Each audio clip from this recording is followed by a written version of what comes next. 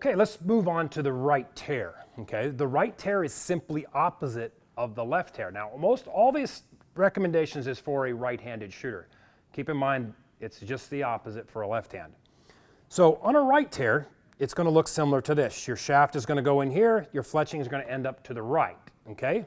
That's going to cause your bare shaft to plane off the opposite direction to the left, and it's also going to cause your broadheads to plane off the opposite direction to the left, you know, when compared to your fletch shafts. So the corrections for a right tear are to move the rest to the left. Now, you may or may not get a big result out of it. Depends on the pervasive knock travel tendency of the bow, okay? So we're gonna move the rest to the left.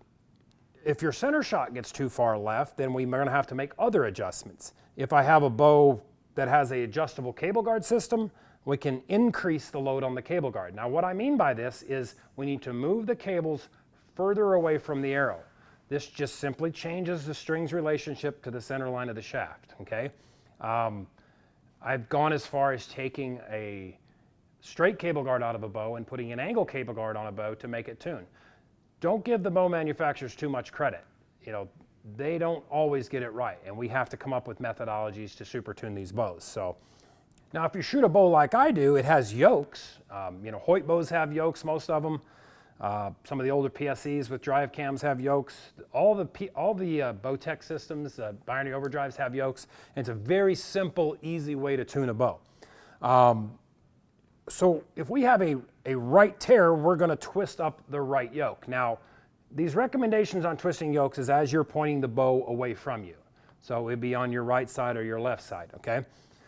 So you're going to twist the right yoke or untwist the left. Now, if you need to make a very finite adjustment, you may only be putting a half a twist in one or taking a half a twist out of the other. If it's a bigger adjustment, and you'll learn how it reacts to your bow system. And what you're going to find is skinny arrows react much faster than do fat arrows. Arrows with light points react much faster than do arrows with heavy points. So just keep that in mind.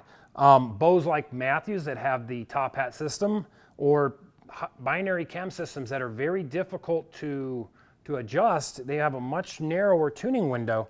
You're going to have to move the wheels to the right by changing the wheel spacing, you know, in between the limbs. So that's a little bit more complex way of doing it, but it is an acceptable procedure to correct a right tear.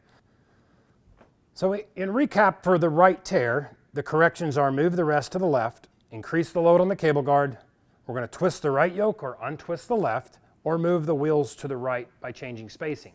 Now, which one of these methodologies that you use are going to be dictated by the pervasive tendency of the bow that you're shooting or what the manufacturer has kind of left available to you as a tuning aid for the bow.